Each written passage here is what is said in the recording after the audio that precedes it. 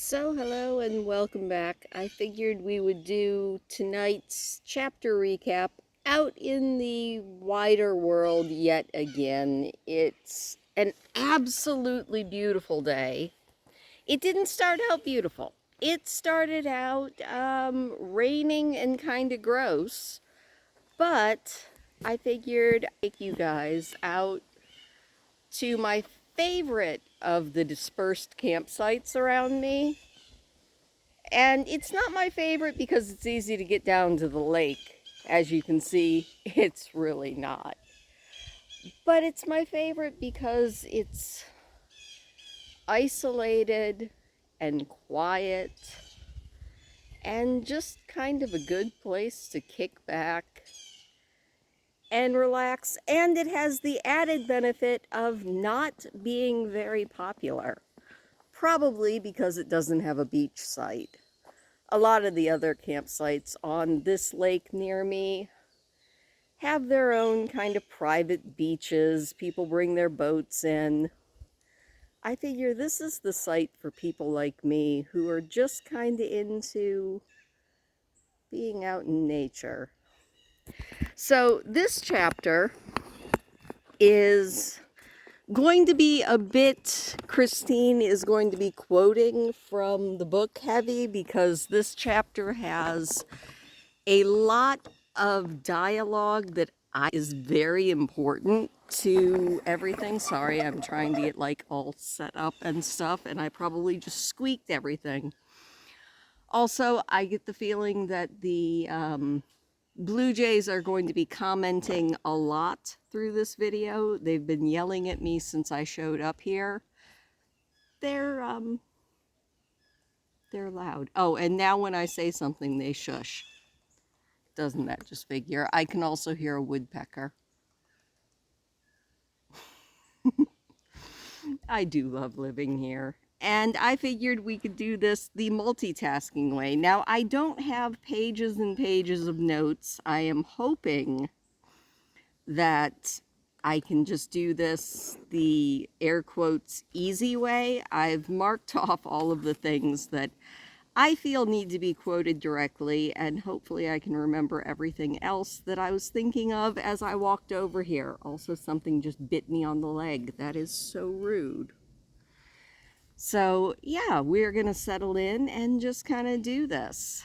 I hope everybody is doing good, and I also hope that you all remember everything that happened in the last chapter. You know, Harrier and Tercel arrived in the elven lands and were greeted by not just elves, which they expected in the elven lands, but they were greeted by Germain, who up until now they thought was the king of the elves. I somehow still think that's not quite right. And Idalia, who they're like, wait. I've been praying the litany of light to the blessed Saint Idalia my entire life, and you're telling me she's this lady sitting right here? They're a little bit flabbergasted. Tercel is told that he is the child of prophecy, and the elves have known that the dark was going to be coming back since before he was born. They've been waiting for him, but unfortunately all they can do is provide him with an entire library full of materials on high magic, and that's about it. Because kind of they're exhibiting typical elven cautiousness. If you remember in the Obsidian trilogy, Kellen butted his head against that a lot. Elves, because they live so long, are extreme traditionalists. Germain in the Obsidian trilogy was actually a pretty radical elf because not only had he fallen in love with a human, which was Idalia, Kellen's sister, back before she was reborn as an elf, but he was also a lot more flexible than a lot of the typical elves. But in general, to put it in Dragon Riders of Pern perspective, they would be considered pretty dang hidebound. You know, they are definitely traditionalists. Also, I hear a car or some sort of a vehicle, and I really hope it's not coming here. I'm going to investigate. Investigate? I'm going to investigate. Give me 1 second. Well, it is a vehicle, but I don't think it's coming this way, so let's get back to this. Anyway, in the last chapter, Tercel was basically given a library where he could go and study magic, and Harrier was left to his own devices. He took to wandering the Elven City and kind of following Rilfidel and Eularian, which are Germain's great grandchildren. They attempt to teach him the sword since they see that he is carrying one. He chooses not to do that, but he does watch them. And he also discovers the dragons, which are quite enjoyable to him because he discovers that not only will dragons answer questions, but they're gossips. And that is where we are going to pick up with chapter 14 of the Phoenix Unchained by not by Tamora Pierce, by Mercedes Lackey and James Mallory. This is what happens when you're trying to review 2 books at the same time. I'm surprised I don't do it more often. Chapter 14's title is Ithoriosa's Tale. And we pick up with Harrier going to see the dragon Ithoriosa, who is one of the dragons that they saw on the first day there. She is an enormous golden dragon, and Harrier found out from some of the elves who couldn't imagine why he wanted to go and see dragons. Obviously, they're not dragon-bound mages. That the elves of the elven mage city that I am not going to try to pronounce is the elves built the dragon's sunning terraces because just like the dragons of Pern, and I wonder if maybe we know Mercedes Lackey knew Anne the Caffrey, so I kind of wonder if she got the all dragons like to just hang out in the sun and get warm thing from Anne the Caffrey. But we do know that the dragons in this universe hang out on the sunning terraces that were made. It takes Harrier a while to kind of work up the courage to go see them because he's a little bit afraid that Ankeldar is going to be there.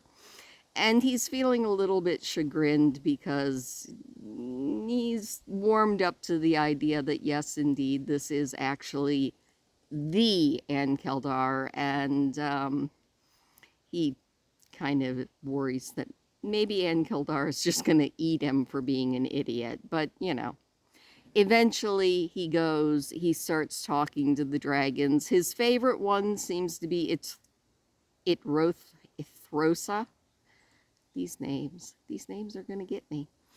And he goes over there and he has a conversation with her that turns out to be quite important because it's going to dump a lot of, not necessarily exposition, but a lot of the dragon lore for this universe is given to us in the next few passages that I will be periodically quoting from directly.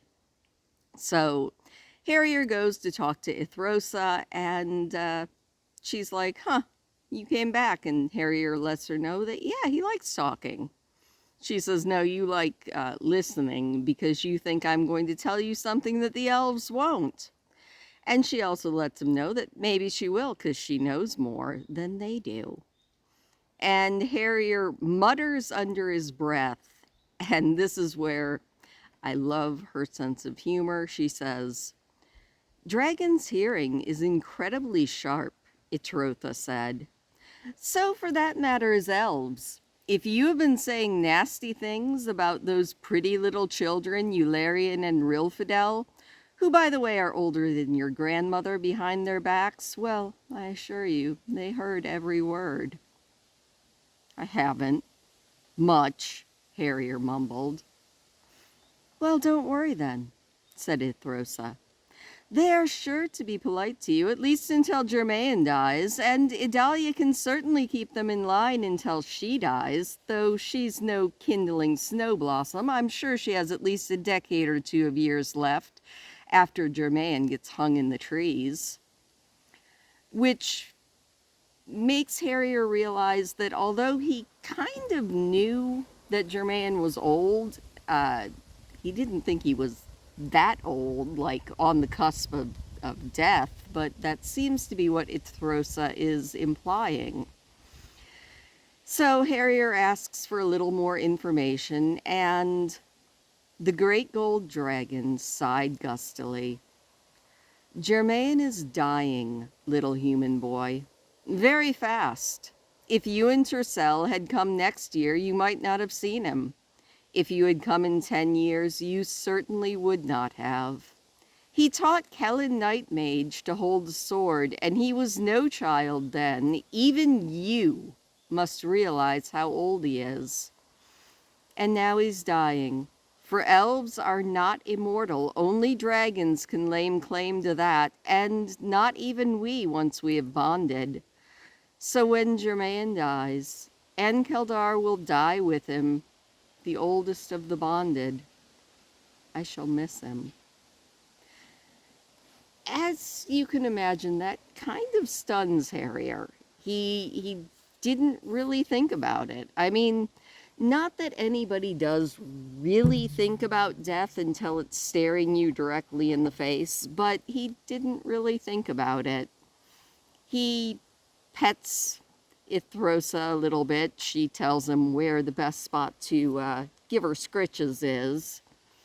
And he's like, you know what? You told me this much. You can tell me the rest, right? She chides him gently because he not only demands answers, he calls her a devil demon bat, which I think is a very Harrier thing to do.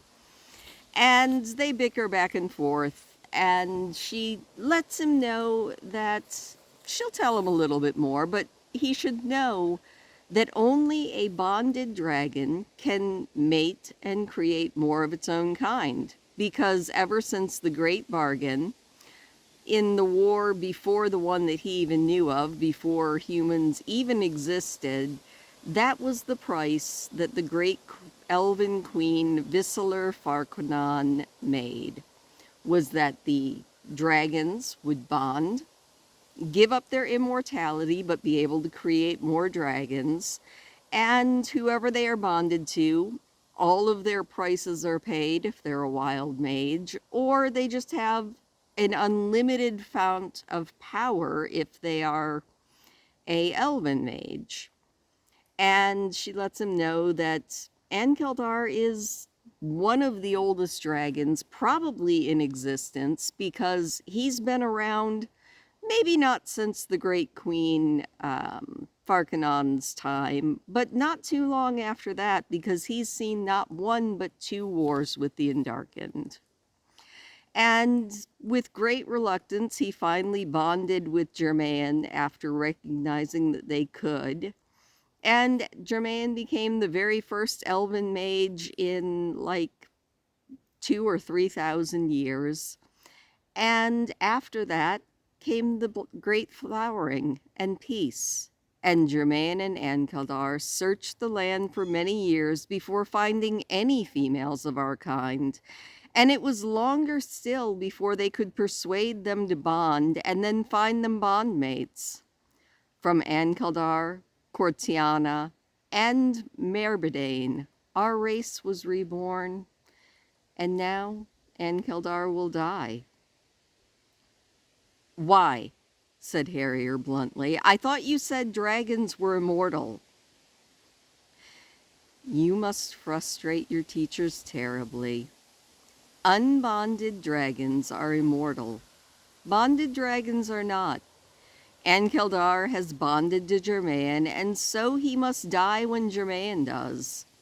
If Ankeldar had found some reason to die first, we are more durable than you soft creatures, but can be killed, then Germain would have died instantly.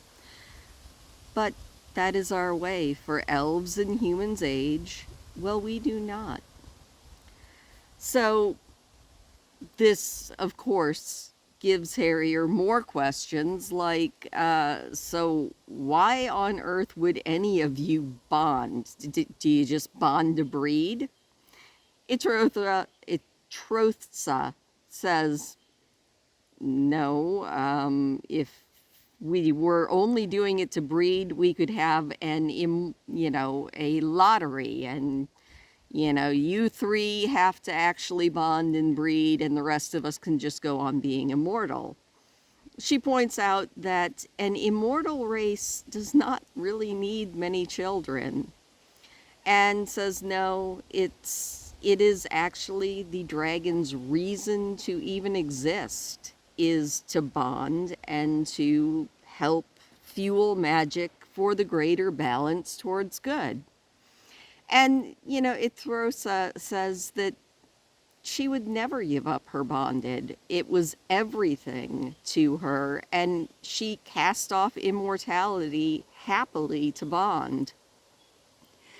Which brings up Harrier's little kind of why. He's like, you like being bonded? Itrotha smiled and rolled her head sideways to gaze at Harrier with an enormous golden eye. Harrier, have you ever been in love? Like, no, said Harrier. Then you would have no basis for comparison. Harrier points out again that, yeah, but that means that Germain and Ankeldar are going to die because they bonded. She's like, yeah, sure did take a long time for you to get that one through your skull. Harrier points out to her that they don't exactly teach dragonology in human schools. And again, he says that, but they're gonna die soon? Because Germain is like over 1,000 years old, and she says, yes, that's right. You finally seem to have gotten it. It has sunken through that thick skull of yours. And then Harrier asks the ultimate, in at least to a dragon, I'm sure, stupid questions of, but can't somebody fix that? Ithrosa lifted her head and looked down at him. The shadow that she cast blotted out the sun.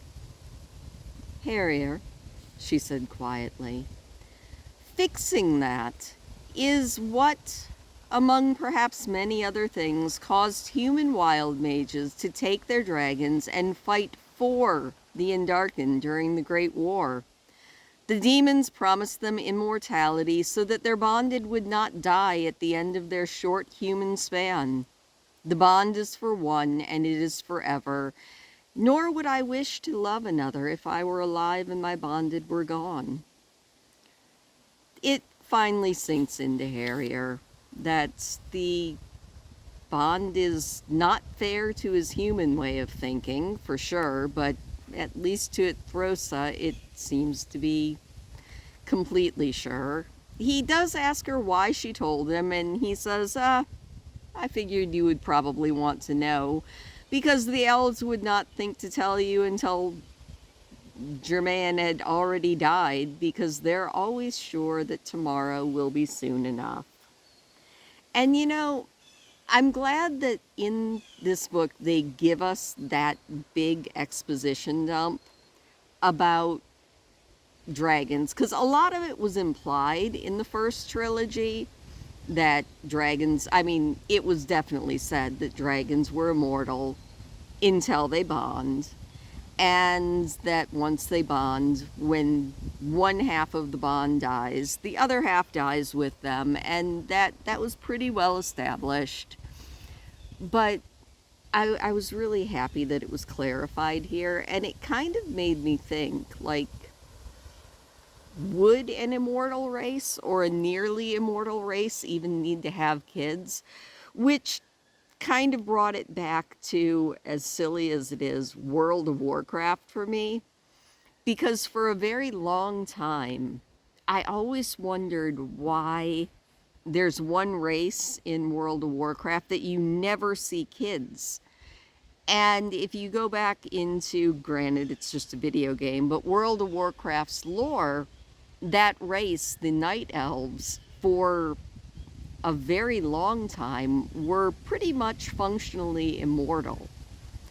And that made sense to me when I tied it into this book, because if you have a race of immortals, or even almost immortals, you know, a very long-lived race, they're not going to be having kids all the time, or they would overpopulate a planet in like a very short time.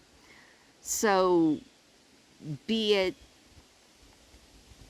something physiological that stops a very long-lived or immortal race from having kids, or something psychological or culturally imposed, it did make sense to me. And I hadn't thought about it a whole lot until I had read this book, and then I was like, oh, yeah, actually that does make sense. Anyway, back to it. But first, let me grab a drink. All right, got a drink. So, with a whole lot to think about now, Harrier wanders back to their suite of rooms. He thinks about maybe, you know, learning Zatik, which is like an elven version of chess, but it seems a little bit complicated. And he's also stunned to see Tercel. Most of the time, as we found out in the last chapter, ever since being given the library filled with spell books and high magic things, Tercel has gotten up, had breakfast, gone off to study, and not gotten back until Harrier is either in bed or almost in bed, so they really haven't talked much in the last month. So Harrier walks in, and being typical Harrier, he says, "You're back early. Did you blow up your new schoolhouse?" "I need a dragon," said Tercel. Now, coming on the heels of the conversation that Harrier had just had, it seemed like a very strange thing to Harrier that Tercel would be suddenly saying he needed a dragon. He kind of wonders if Ithoriosa knew that this was coming, because that's, you know, what they had talked about, and at this point he doesn't put anything past dragons as far as knowing things, even though they don't seem to be able to have any magic of their own. They do not know a whole lot. But the only thing he can actually think of to say is, did you know Germain and Ankildar are dying? Tercel's like, excuse me, what? And then Harrier tells him all about the conversation that he had just had. He had had enough time to think about it, and he was pretty sure he had all the details right. But what it boiled down to was, 1, Germain was really, really old. 2, Germain and Ankildar are bonded. And 3, bonded dragons die whenever their bondmates do. Tercel doesn't think it's fair. Harrier laughs, and he's like, no, it's not fair. But apparently, dragons can't breed unless they're bonded, and elves can't do magic unless they have dragons, and dragons like being bonded to the elves, at least that's what Ithoriosa says, and since she's a dragon, I guess she'd know. So what do you need a dragon for? Tercel just looks stricken. "I changed my mind," he muttered. "Fine, okay. So why did you need a dragon?" Harrier said in a long-suffering tone of voice. Tercel contemplates not actually telling Harrier what was on his mind, but then he remembers that Harrier is a bit like a terrier, and if Harrier wants an explanation, he will get an explanation, no matter what. He says that a dog like a rat is nothing to Harrier looking for an explanation when he wanted one. So he lets him know that, all right, Harrier, all spells require power. Kind of like you need to eat periodically, like trees need water, like The wind needs to blow, spells need power. Harrier's like, yeah, wild mages don't have dragons. Tercel rolls his eyes and says that wild mages get their power from the gods of wild magic and the people involved in their spells. Because everybody has a little bit of power to them, but only mages can use and channel it. And Harrier's like, okay, fine. So that's why you can kind of do some magic, like make things light up or light on fire. He says, so you're telling me that magic is kind of like a lamp, and everybody has a little bit of lamp oil in their lamp. Tercel marvels that that's not a bad analogy, actually. And then Tercel lets him know that everybody has innate power, and if they use up all of their innate power, then they have to wait for it to replenish. But to do the high magic spells, he would need to have a lot more power. Like the power in thousands of people or the power of a dragon. Harrier wants to know how one dragon could do the same thing as thousands or even more people. And Tercel lets Harrier know it's because they seem to have limitless power. Dragons just are magic. Harrier's like, okay, so you're telling me that you have a little tiny bit of lamp oil in your lamp, and a dragon is like having a whole bunch of barrels of lamp oil. So either you need to get a dragon, or you're going to have to drag a couple thousand people around with you to do your high magic. Okay, that's cool. But, you know, you're only 16, and that doesn't seem very old to you. But from a dragon's point of view, you're going to live, like, enough time to sneeze. Tercel agrees, and that's why he doesn't want a dragon. Harrier says, well, how did the old high mages do it? Because I haven't seen anything in the history books about Arameth being the city of mages and dragons. And Tercel lets him know that back then, the high mages had a way to harvest the power of the citizens, but it seems really, really complicated. And, I mean, obviously, you would need an entire city full of people. Harrier's like, so you're telling me you can learn all these spells, but you're never going to be able to use them. Tercel says, it's a little bit worse than that. I can't even learn them right because I can't practice. Remember when I tried to cast Mage Shield and passed out? That's basically what would happen even trying to learn. Harrier's like, okay, that's cool. You can't be a high mage. It won't do you any good, even if you could be a wild high mage. So let's go home.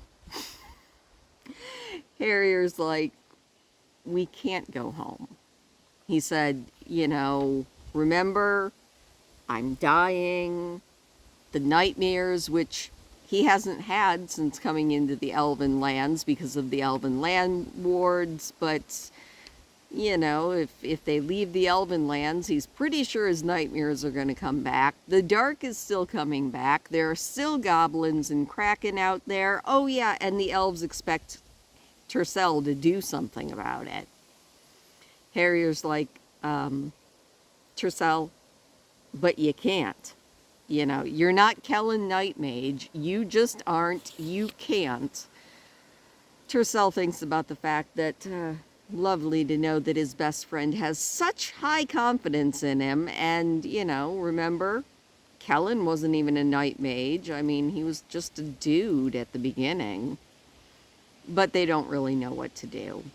All Tercel knows is he doesn't want to kill a dragon. And after that, another Sen night goes by, and Tercel is facing facts. There's no point hoping to become a high mage in time to avert the disaster he knows is coming, because he can't do high magic. You know, he doesn't know how to get it. He has been looking at all of these stupid spells that he can't do. All the spell books are useless, and the only plan he can really come up with is maybe if he finds the Lake of Fire, that maybe the wild magic itself will basically get off its butt and do something. I mean, it already made him into a high mage. Maybe if he heads to the Lake of Fire, a whole bunch more high mages will be born, or maybe some wild mages, or maybe the dragons will decide that they need to come and do something. But that's the only thing he can think of to do. He doesn't know if it's the best idea, and from doing a lot of research, he has discovered that he kind of at least knows where he should be going. It seems to be that the Lake of Fire has to be someplace deserted, has to be someplace hot, and the only place he knows of that is like that in the entire world is the Mandarian Desert. So maybe that's where they should go look. So he's come up with this, and he's like, he's not going to take Harrier with him. He's made up his mind about that.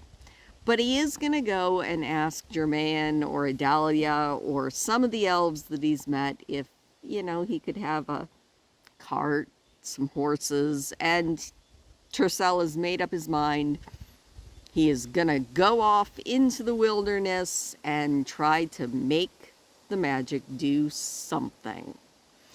So, made up his mind, and off he goes to see if he can find Germain or Adalia or somebody.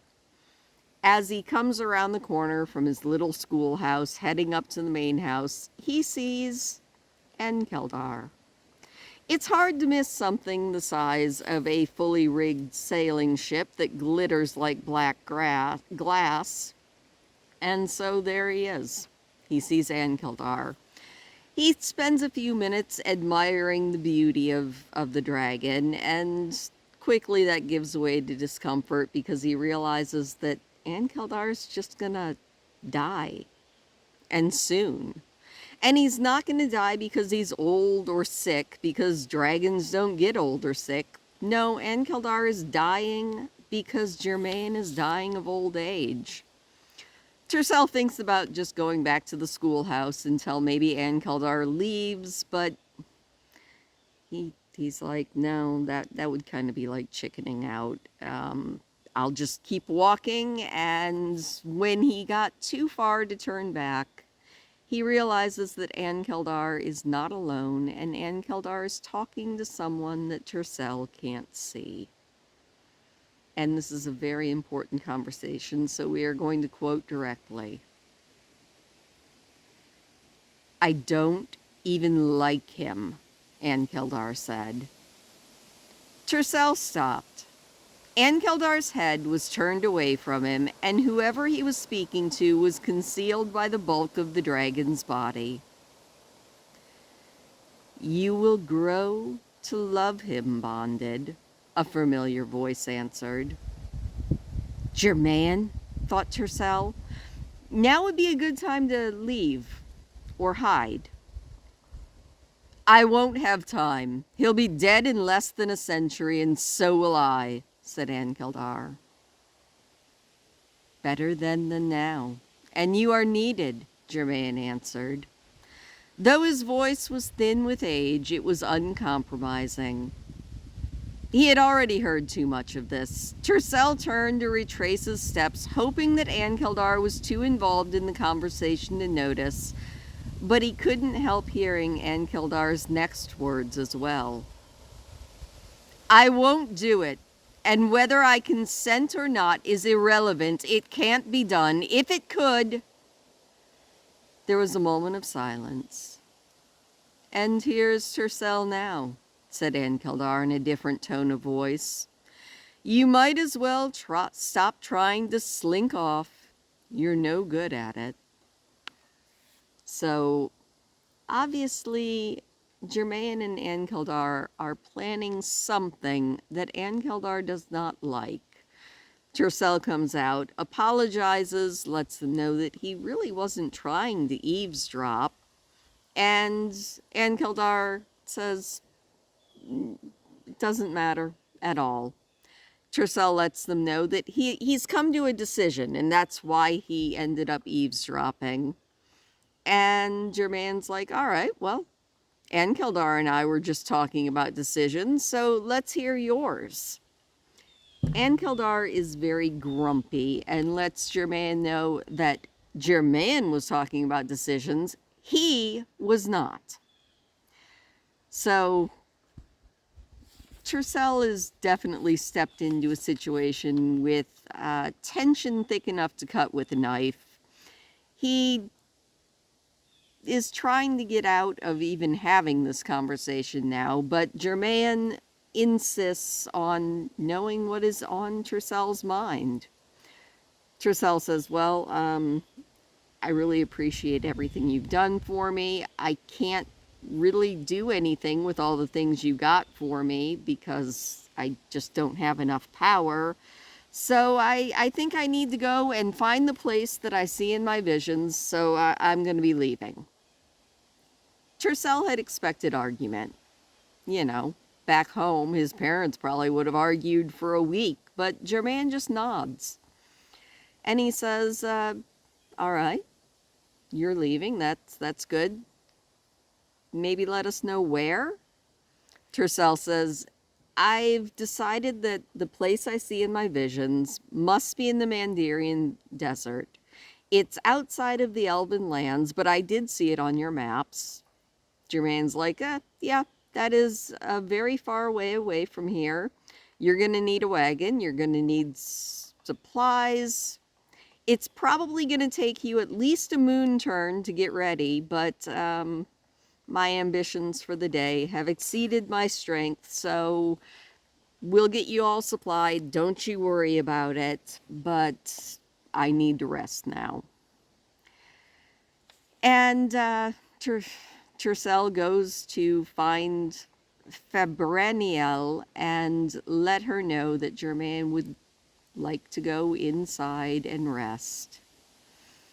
The other elves come out and let Tercel know that he'll see Germain again soon. And now Tercel's at loose ends. You know, studying is pointless because he can't learn anything. So now he's got about a month of time on his hands, and he goes off with Harrier because he keeps hearing Harrier talk about horseback riding, and he finds Harrier in the stables. And he says, I came up with what I'm doing. And Harrier is down there just brushing the horse that has been given to him. Tercel walks in and Harrier's like, that's nice. Reelifar here is perfectly calm, which is why he's mine. If you want to go for a ride, I can find somebody to get you a horse. Tercel looks at him and says, no. I've come to tell you that I've decided what I'm going to do. We're going to the Mandarian Desert? When do we leave? Said Harrier. I'm going to the Mandarian Desert. You should go home. You can be home by winter if you leave now, said Tercel. That's your plan? It's a stupid plan. Have you told anyone else your stupid plan? Said Harrier, sounding bored. Not even interrupting his grooming at all. The boys bicker back and forth, and Harrier points out that it's a very dumb plan. He doesn't care if Germain has given him permission. It's really dumb.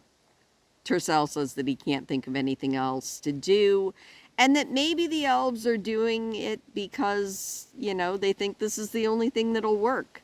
Maybe the elves have already tried other things to stop the darkness, and they won't tell us because they failed. Tercel says, I'm still going to be here for a while, though. Germain's giving me a horse and a wagon for my journey, and he says it's going to take a while to get me supplied. Harrier lets Tercel know that he thinks that the elves are idiots. But he sighs and stops himself short of saying that once they get a wagon, they should just go home, because even though that's what he wants to do, even though that is everything that either of the boys want. They know that they can't. And then Harrier says, all right, fine.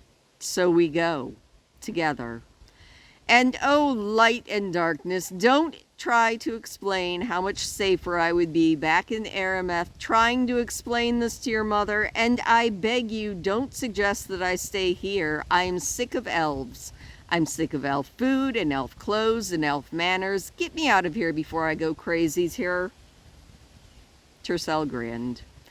He thought maybe to himself that he could possibly leave Harrier behind, but only by tying him up and locking him in a dungeon, and that probably wouldn't even work for very long. So with that basically settled, the boys settle in. Tercel doesn't have to study anymore, and Harrier shows him the city. You know, Tercel is stunned to find out that Harrier, despite saying that he is absolutely tired of elves, he doesn't like elves, he doesn't like elf food or anything, Tercel thinks that Harrier actually adjusted to living with them very, very easily. The one thing, though, that Harrier really wanted to show Tercel were the dragons, but for some reason, there aren't any in the city at all. Harrier's like, it's a little bit weird. There's something probably going on, but who knows what it is. And the next morning, they find out what it is. They go down to have breakfast, and they find an enormous silk tent pitched out in the garden. Carpets have been laid over the grass, and there is a breakfast table carried outside. And Tercel's like, I guess we're having breakfast with Ankeldar this morning.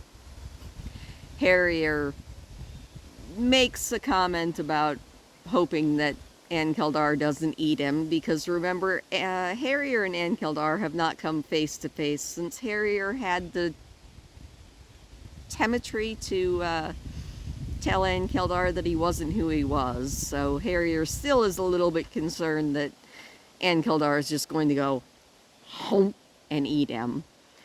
And Tercel's like, look, you two should really try to get along. Let's go help set up the table, and everybody's going to have dinner, or breakfast, including Germain, who is carried out of his room on a litter to be set at the head of the table. This is a slightly long passage, but I feel like a very important one. There was an air of expectancy over the meal, and not, Tercel thought, simply because Germain was present. You will rejoice to know that the king comes to visit with his council and all of his court, said Adalia at last, when the platters had gone around and everyone had been served. Sandalon, the king of the elves, with his dragon Petrovich and his daughter Vernethel, the heir to the Veiled Lands, will come here and cast a great spell. Do matters unfold as some who are here wish. They will arrive in a fortnight. That's nice, said Tercel uncertainly. No, it isn't, Ankeldar snapped. It is my wish, said Germain. His voice was barely a whisper, and Tercel realized with a shock that Germain was weaker than he had ever seen him before. If you can bond with a dragon, Tercel, the power to work the great spells of the high magic will be yours, and so I wish for Ankeldar's bond to be transferred to you. But, hey, wait a minute. Isn't that, you can't, somebody explain to me why people don't go around saving dragons this way all the time, said Harrier, dropping the bread that he was holding onto his plate. Ankeldar actually snickered, a peculiar sound from a creature so large. Yes, Germain, Do explain to the boy how what you propose is different than the bargains the Indarkans struck with the wild mages so long ago, for I fear the boy has been listening to idle gossip. Idalia put her hand over Germain's and turned towards Harrier. It is a thing that has never been done, for the cost is high, and we will not conceal that. One great spell is given, once in a life, to any mage who is bonded to a dragon to cast. The casting of this spell consumes the caster and his dragon completely. This is the spell Sandalon has come to cast, the spell which, if it works, will transfer Ankeldar's bond. All that is required is Tercell's consent. So they'll die? The other two? Said Tercell. No! Idalia sighed. Tercell, Sandalon is very old. He and Petrovich have both agreed to this, and so has Ankeldar. It will gain you the power you need. Without it, I don't think you will survive your coming journey. So now we know what Ankeldar and Germain were arguing about when Tercell came upon them in the garden. Tercell is definitely shocked by this. I mean, everybody is. He thinks really hard, and he eventually goes to talk to Ankeldar. I mean, he doesn't know why they're doing it, and Idalia lets him know that, this is the only thing the elves can think of. So Tercell goes to Ankeldar himself. Do you think this is a good idea? He asked Ankeldar. They told me you said yes. The black dragon raised his head high enough to be able to stare directly into Tercell's eyes. From my point of view, it isn't going to last very long, said Ankeldar sullenly. I saw the Second Indarken War start, and I wasn't a young dragon then. Think of yourself. It's going to be the rest of your life, what little there is of it. But you can give me the power that I need to do whatever I need to do? Tercell asked. Yes, said Ankeldar. I can do that.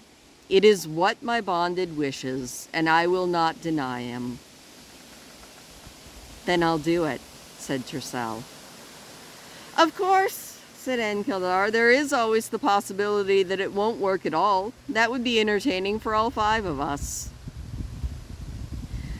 After agreeing to this, Tercell doesn't really know what to do or say, and just kind of walks away to go for a walk. Harrier finds him about an hour later and wants to know if Tercell is crazy. Tercell's like, I mean, what else do you want me to do? It's not like someone is asking me to kill a young dragon by bonding to it for just a few years. Well, my whole life, but it would be just a few years for a dragon. And Ankeldar's going to be dying very soon, and this way at least Ankeldar won't have to die right now. Harrier's like, yeah, but that means you're going to have a dragon for the rest of your life. What are you even going to feed him? He followed me home, Mom. Can I keep him? And Tercell's like, I have no idea, but I don't know of anything else that we can do. Tercell thinks that he isn't even sure exactly what he feels, but it will at least maybe let them find this place and possibly have enough power as a high mage to be able to do something about the darkness coming back. Harrier's like, okay, so you're going to be a high mage. And Tercell says, You heard what Adalia said. I think they might have been planning to do this even before I made up my mind. I think that they guessed that I would go somewhere eventually, and they must figure that I can't survive wherever I'm going without being able to do magic. Harrier thought about that for a while. So either it had better take us 20 years to get to the Mandarian Desert, or you'd better learn how to be a high mage real fast. I guess, said Tercel. All right, said Harrier. He sighed and seemed to relax. It wasn't that Harrier had come to a decision. He rarely reached them quickly. But Tercel knew that Harrier had known long before being willing to admit it to himself that this was the only decision that Tercel could make, to bond with the dragon. And in a way, it was a relief for both of them that Tercel had accepted his fate. And then the chapter ends with Harrier, in a very typical Harrier fashion, asking if they can go find some lunch now. So yeah, Tercel is getting a dragon. And he is not just getting any dragon, he is getting Ankeldar. A dragon who we know very well, and getting him in a way that I didn't think could ever happen. When I first read this book, I was like, I wonder what they're going to do now that they brought Ankeldar back. And yeah, what it seems they're going to do is bond him with Tercel. And Harrier, I mean, did we ever really see Harrier abandoning his friend and just going back? Nah.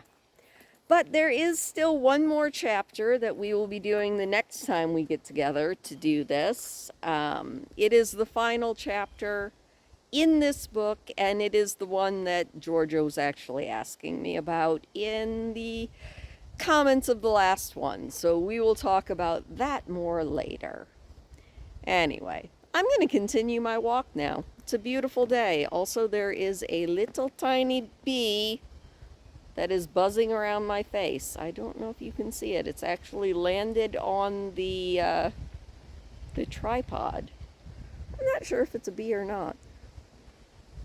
Ah, no, don't land on me. That's very rude. It's striped like a bee. Alright, well, I'm going to let you guys go, because I'm going to play Dodge Bee. Thank you for listening. I really do appreciate it. I hope that the wind didn't get too loud at any of the points during this, and I will see you next time.